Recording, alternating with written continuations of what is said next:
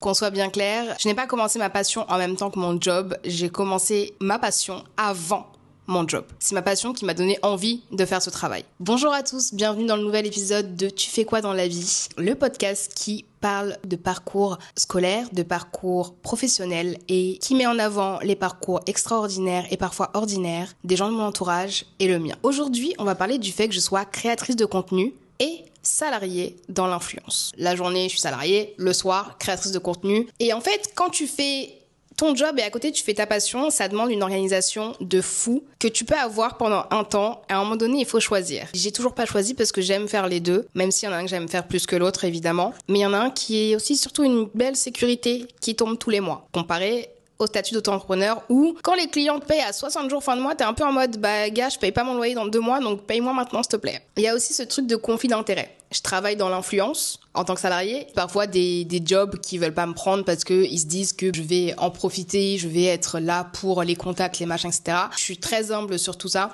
Si j'ai pas de contacts, je vais le dire. Mais si j'ai des contacts, la plupart du temps, les gens me reconnaissent alors que moi, je ne les connais pas. Et il y a aussi ce truc de pourquoi, c'est vraiment complètement, c'est dans le sujet, tu vois, mais c'est un truc qu'on peut développer ensemble dans l'épisode. Pourquoi il y a beaucoup de gens qui ont leur salaire normal, un job normal, et qui à côté se lancent en solo? Est-ce que c'est un problème qui vient du salariat ou c'est quelque chose qui vient de notre génération et on kiffe travailler plus? Je sais pas. Pourquoi de plus en plus de salariés se lancent dans des projets annexes à côté de leur travail? On va d'abord parler de ma double vie, donc jongler entre le salariat et la création de contenu au day-to-day, vraiment. Ensuite, on va parler des conflits d'intérêts, donc en gros la dissociation de Mallory Davis à Mallory L. Est-ce que parfois je me sens plus Mallory Davis au travail ou est-ce que je me sens plus Mallory L? Ou est-ce que quand je vais au travail je suis Mallory L et quand je rentre chez moi je suis Mallory Davis?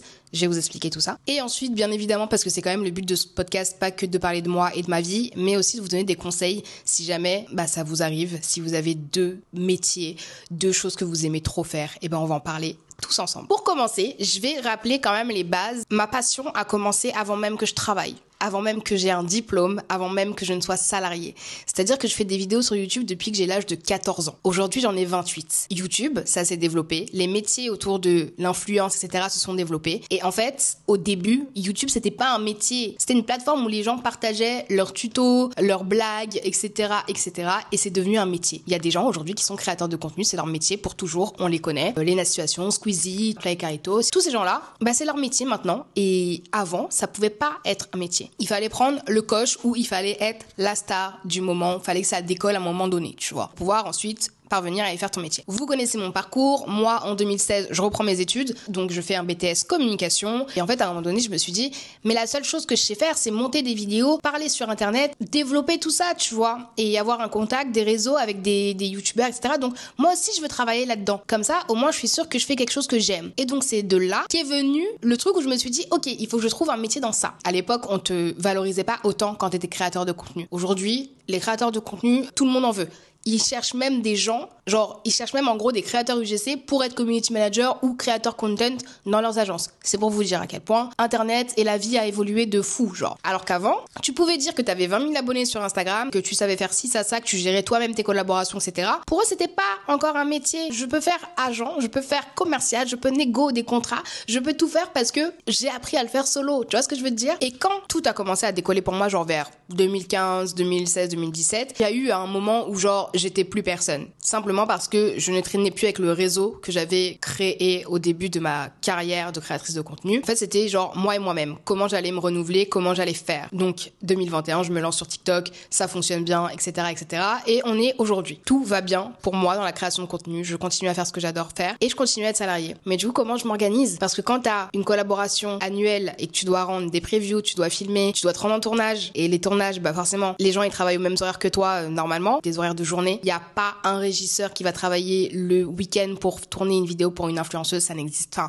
ça existe, mais la plupart du temps, quand il y a des tournages, c'est la semaine. Et vous savez que moi, ça me choque parce que récemment, je regardais une vidéo de Clay Carito et je sais que les gens travaillent la semaine. Qu'est-ce que le public fout un mercredi en tournage avec Clay Carito? Vous n'avez pas de travail? Parce que moi, c'est ce que je dis à tous mes clients, je suis aussi salariée. Donc, si vous avez un créneau de tournage qui peut m'aller sans que je pose un CP, et sachez que du coup, comme je dois poser un CP, ça sera facturé parce que ça m'empêche d'être sur mon lieu de travail, entre guillemets, pour aller sur mon autre lieu de travail. Mais en général, je la facture parce que je perds des CP là. À la base, moi je me suis dit, je me lance dans mon métier en freelance. Sauf que pour se lancer en freelance, il faut des contacts, il faut avoir au moins le truc où tu te dis, c'est sûr que j'aurai ce contrat-là et que ça va me permettre de payer mon loyer et mes factures pendant au moins 3, 4, 6 mois, le temps que je retrouve un autre client et que je fasse mon réseau. J'ai déjà un réseau, mais vas-y, la freelance, c'est pas non plus la porte ouverte à tout. Genre, il y a beaucoup de gens qui se lancent en freelance et qui se disent, ok, je vais contacter mon ancienne entreprise pour savoir s'ils ont des besoins en freelance. Jamais de ma vie, je contacte mon ancienne entreprise pour savoir s'ils ont des besoins en freelance parce qu'ils m'ont traumatisé et que c'est ma seule expérience pour l'instant dans l'influence. Et tous les autres contacts,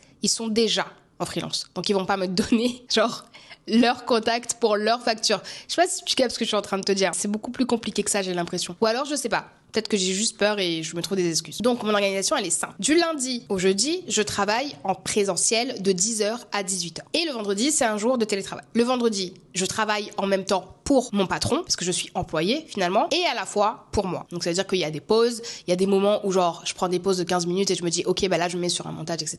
Et la semaine, donc du lundi au jeudi, quand je rentre chez moi à 18h45, on est full création de contenu. On est full voix off, full montage. De 18h45 à 21h, je m'occupe de mon side business et je fais ça tous les jours. C'est fatigant parce que parfois t'as envie de sortir avec tes copines, donc du coup je dois aussi m'organiser avec ma vie sociale. On va dire que par exemple le mercredi, si je sors avec mes copines, le lundi et le mardi je sors pas. Sauf que s'il y a mon mec chez moi, et du coup je m'organise pour pouvoir tout faire le lundi soir, être disponible le mardi et le mercredi, et boum, je reprends le jeudi pour la suite. Voilà, c'est un petit peu mon organisation au day to day. Pour les tournages, comment je m'organise? Alors en général, soit je fais ça sur un jour de télétravail avant que je commence la journée. Mes tournages commencent en général à 8h et finissent à 10h quand je suis efficace. Et du coup, à 10h, je suis prête pour bosser avec mon ordi, que ce soit dans la voiture ou quoi que ce soit. On s'en fout, je bosse, j'ai dit bonjour à 10h à tout le monde en télétravail. C'est parti, ma journée elle commence. Sur ma pause de midi, le tournage que j'ai fait de 8h à 10h, je commence le montage à des rushs, etc., etc. Mon organisation, c'est un peu ça. Quand il y a des événements, etc., j'en parle pas parce que je vais très peu aux événements, parce que je veux aller aux événements où je sais qu'il y a un intérêt pour moi, que ce soit business ou social. Vraiment, genre, je vais pas aller à tous les événements pour dire que je vais à tous les événements. Et en vrai, ça peut être fatigant, mais je pense qu'il faut, j'ai compris parce que c'est aussi mon métier. En fait, je me dis, je suis organisée au travail, donc je peux être organisée dans ma vie. Toute ma vie est régie par un Google Agenda. Donc ça veut dire que tout est noté dans ce Google Agenda. Je sais que quand je parle avec des clients, je leur dis donnez-moi des dates. Parce que si ton truc, il est à rendre dans une semaine, ma belle, il faut que je trouve le temps 7 semaines pour le faire. Toutes mes vidéos que je poste sur TikTok, à un moment donné, j'avais un rythme sur les réseaux sociaux qui était insane. 5 vidéos par semaine sur 7 jours. Et ce rythme, il a été un peu impossible à faire parce que j'avais des tournages, j'avais des trucs à rendre pour le taf, etc. Donc c'était un peu impossible à faire, par exemple, ces dernières semaines. Et j'ai lancé mon podcast. Comment vous dire, quand tu dis aux gens, tous les vendredis, à 8h, je suis là, à 8h, t'es là. Donc ça veut dire que là, par exemple, ce podcast-là, je suis en train de vous le faire. On est dimanche, mais j'ai toute la semaine pour le monter, ok? Donc c'est très simple, on va dire, mais il faut que je trouve le temps. Là, il est 17h, je dois être à 20h45 pour le Classico chez mon pote Julio. Je n'aurai pas le temps de dérocher tout ce que je suis en train de vous raconter aujourd'hui. Mais ça va se faire. Et à 8h vendredi, il sera là. Ça demande beaucoup de discipline, beaucoup de non, beaucoup de je ne peux pas, j'ai ça à faire, beaucoup de refus de choses parce que c'est ma priorité, c'est quand même de faire du contenu. Et parfois je me dis ok, c'est pas grave si on manque un jour, c'est pas très très grave. Genre par exemple sur YouTube, je suis vraiment en mode c'est pas très grave, il y a personne qui m'attend là-bas. Et je pense qu'il y a personne qui m'attend sur Spotify non plus. En vrai, il y a personne qui m'attend nulle part, c'est juste pour moi, je parle et quand je parle, je fais. C'est simple. Et j'aimerais avoir la même discipline que j'ai dans la création de contenu à la salle de sport. Ah oui, vraiment, je vous le dis. Entre le fait que je sois salariée et le fait que je sois créatrice de contenu, ce qui peut le plus m'amener pas en burn-out mais en bore-out, c'est mon taf. En vrai de vrai, à chaque fois dans mes tafs, il y a toujours des moments où je suis en mode je préférais faire ce que je fais chez moi, tu vois. Genre parce que je sais que je peux pas être en burn-out. Peut-être que ça existe en vrai des auto-entrepreneurs qui sont en burn-out de leur propre activité, mais je me dis que c'est une activité que tu as choisie, c'est un rythme que tu as choisi d'avoir, etc. Donc le burn-out, il est moins possible que quand t'es salarié et que c'est pas ton entreprise, tu fais pas ce que tu veux, tu choisis pas tes horaires, tu choisis pas quand est-ce que tu travailles, tu choisis pas si aujourd'hui t'es off. Demain si j'ai envie de pas faire de contenu, je fais pas de contenu. Mais ce sera mon problème parce que je prends le risque d'être oubliée entre guillemets ou de désintéresser les gens. Mais ça me fait pas peur. Je sais pas comment expliquer, mais si j'ai besoin de prendre du repos et d'être off, je sais que j'ai une communauté qui est assez engagée depuis des années. Les principaux intéressés seront là. Le reste, c'est que ça devait pas rester. Je préfère garder le peu de gens qui me suivent réellement, genre même si ça fait 300 vues, que de faire 100 000 vues pour des gens qui en fait demain ne vont plus regarder mon contenu parce que c'est juste le contenu il a été viral à un moment, mais demain dans tes vidéos organiques elles seront pas là, tu vois. Et vous allez me dire mais pourquoi tu continues alors que t'as déjà un salaire, t'es déjà bien payé quand même dans ton job, etc. Parce que vraiment j'aime faire ça, c'est une passion de monter, de raconter des histoires, de donner des conseils, c'est vraiment quelque chose que je pourrais faire toute ma vie, même si je suis pas payée pour ça. Il y a un moment où j'ai eu très peu de collaborations, des moments où genre des gens qui voulaient me faire me payer 200 € pour un TikTok, mais pas un TikTok juste face cam où t'as pas de montage à faire, etc. Genre des TikTok de fou, dire des trucs de fou, garder des liens pendant X jours dans ma bio, etc. pour 200 €. C'est mon travail, donc je sais que ça, c'est pas bien. On paye pas les gens 200 € quand on veut une exclusivité, sponsoriser la vidéo, un lien pendant 8 jours dans la bio, alors que la personne, elle a d'autres choses à vendre. C'est-à-dire, moi, par exemple, jamais je laisse un lien une semaine dans ma bio, alors que j'ai un podcast et un livre à faire tourner. Paye-moi 5 000 € pour 8 jours, je veux bien. Un peu plus que 200 €, je veux bien. Mais pour 200 €, je te donne ni la sponsor, ni l'exclu, ni les sessions de droit, ni rien du tout. Mais en ce moment, on va dire que mon activité de créatrice de contenu marche très bien, mais pas assez pour me dire ok, je quitte mon taf. Tu vois ce que je veux dire? C'est un complément de revenu, mais pas sur tous les mois, tu vois. Donc ça veut dire que là on est en mars, en mai je sais que je vais être hyper bien payée. Sauf que ces 5 000 € là, je les aurai que fin mai. Et si genre j'avais pas mon travail, j'aurais pas d'argent jusqu'à fin mai. Alors qu'avec mon travail, je peux avoir mes 2005 qui tombent tous les mois, plus les 5 000 € fin mai. Donc, je trouve que c'est une bonne stratégie jusqu'à ce que je puisse trouver le courage de me lancer en freelance. Et aussi pour mettre de côté, adapter mon temps, bien concrétiser mes projets, acheter le matériel qu'il faut, avoir la pièce qu'il faut aussi pour tout ça. Enfin bref, au lieu de vous filmer dans ma cuisine, un jour, vous aurez peut-être un vrai décor. Mais pour l'instant, on peut pas commencer avec tout. Tu vois ce que je veux dire? Donc pour l'instant, je commence comme ça. C'est mon premier CDI, donc voilà. J'ai vraiment terminé l'école en 2023. L'intérêt d'avoir un side project comme ça pour moi qui fonctionne, et qui me demande du temps et qui me fait plaisir surtout, c'est que je me dis que d'un côté, je vis un peu de ma passion. Même si c'est pas totalement vrai, je vis de ma passion. Et je suis contente de faire ça et de rentrer et de me dire que j'ai une vidéo à monter, qu'il y a des gens qui vont la regarder, que je vais lire les commentaires, etc. Ça me fait plaisir. J'ai pas ça parce que c'est pas directement pour moi, c'est pour d'autres créateurs de contenu, c'est pour d'autres influenceurs.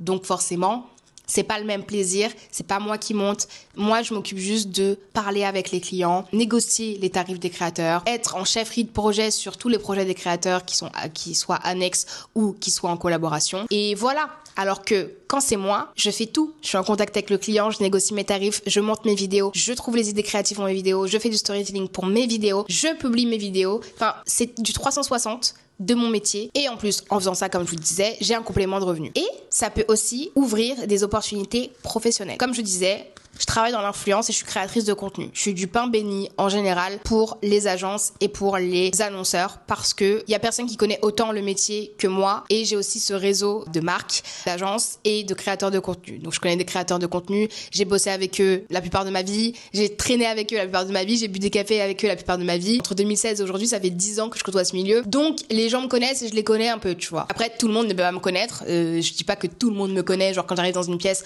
waouh! Non, je suis pas Paola Locatelli non plus, mais j'ai un certain réseau et je sais que mon nom dit des choses à beaucoup de gens parce que moi parfois il y a des gens qui disent oh mais je la connais et moi je suis en mode moi je la connais pas, comment elle fait pour me connaître, genre ça me fait un peu paniquer parce que parfois je sais pas si les gens me connaissent du travail ou s'ils m'ont vu sur les réseaux sociaux. Ça c'est aussi un truc, c'est drôle mais pas tout le temps.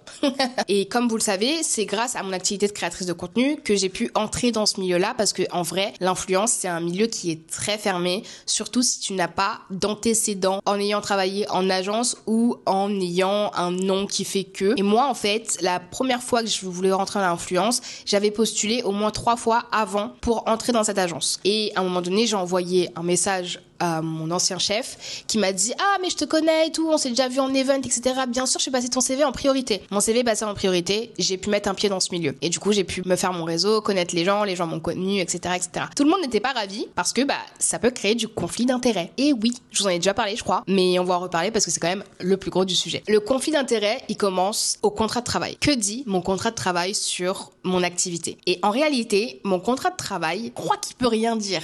En vrai de vrai. Je sais que j'ai pas le droit de dénaturer mon travail sur les réseaux sociaux, normal. Ça, c'est tout le monde, c'est une clause de loyauté, je crois qu'on a. Mais par exemple, il n'y a pas de clause qui dit « Vous n'avez pas le droit de faire autre chose qui ressemble à ce qu'on fait. Donc si demain je veux me lancer en tant qu'agent en indépendant, je peux le faire parce que dans mon contrat de travail, il n'y a aucune clause qui indique que je n'ai pas le droit de faire ça, tu vois. Je sais pas si c'est parce que mes boss n'y ont pas pensé, mais je sais surtout c'est parce que je suis Mallory Davis sur les réseaux sociaux que j'ai été embauchée. Autrement, désolée, mais je n'avais jamais fait de talent management avant, donc je ne vois pas pourquoi on m'aurait embauchée. Mais je sais qu'à la base, j'étais social media manager parce que, elle connaît bien les réseaux sociaux. Pour moi, pas pour une entreprise. Ça, je ne peux pas.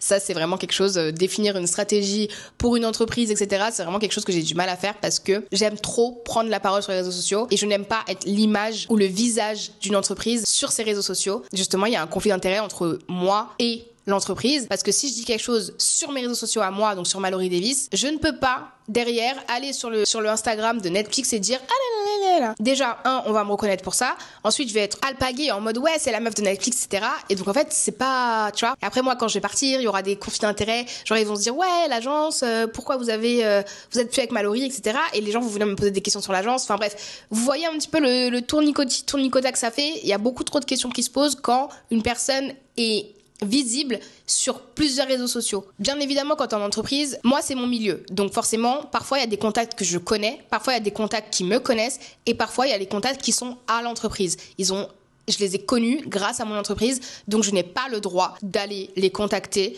Genre, j'ai pas le droit de prendre le mail de un tel et de dire j'ai vu ton mail pendant que je bossais, est-ce que tu veux qu'on fasse une collab ensemble? Ça, j'ai pas le droit de le faire. Si la personne ne me contacte pas en direct pour Mallory Davis, moi j'ai pas le droit en tant que Mallory Davis de me servir en gros dans l'annuaire et de dire ok je vais faire ça. Ça, j'ai pas le droit. Et après vous allez me dire ouais mais si tu fais ça, qui va savoir? C'est le gros but du jeu, c'est de pas te faire prendre, mais surtout de ne pas laisser de preuves. Et moi je ne ferai jamais ça parce que flemme.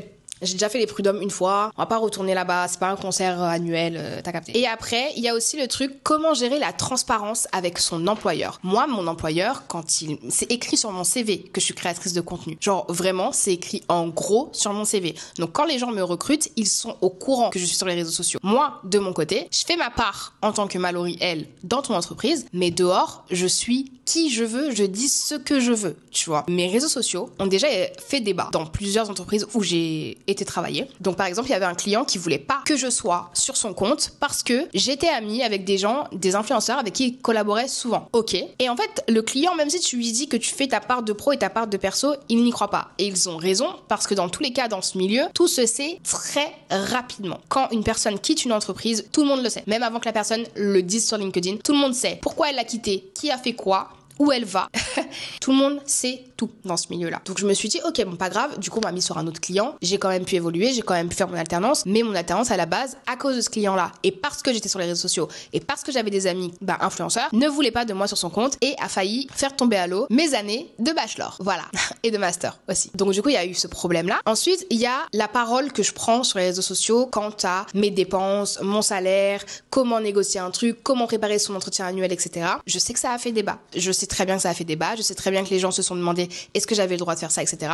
Donc en fait, du coup, moi, je suis dans une position où je suis obligée de bloquer, donc de restreindre l'accès à mes comptes en entreprise parce que tout le monde n'est pas bienveillant. J'ai fait un truc pour un client, donc c'est-à-dire que j'ai élaboré une recommandation stratégique. C'est mon idée, c'est ma recostrat, c'est mon casting, c'est mon projet. Je l'ai mené de A à Z en étant en alternance et ma chef l'a dit au client, tu vois. Comme je l'ai mené de A à Z, c'est moi qui fais le déplacement pour aller visiter un endroit dans le nord de la France, tu vois. Je fais une story où je dis oh, je suis trop contente, mes voyages pro, en gros. On est là pour telle marque, on fait ça, nanani, et c'est ma reco, c'est mon idée, je suis trop contente de l'avoir prendre vite, tu vois. Et là, ma boss, encore une fois, qui m'appelle et qui me dit les clients ils ont pas du tout kiffé ta story, ils disent que ça t'appartient pas, etc. Et ma boss elle me dit moi honnêtement j'ai aucun problème avec ça, le Dirkly n'a aucun problème avec ça, c'est juste que les clientes elles sont pas contentes, donc fais profil bas, tu vois. Là ma boss elle me dit ça et elle me dit mais derrière je leur ai dit que quand même elles avaient de la chance qu'une personne comme toi puisse faire des stories sur ça parce qu'en vrai personne ne parle de leur marque ou personne ne va parler de cette OP, donc ça leur fait du reach en plus, en gros ça leur fait de l'engagement, enfin des stats en plus, en gros des KPI en plus qui font gonfler en fait le reporting de fin. Et donc ça aussi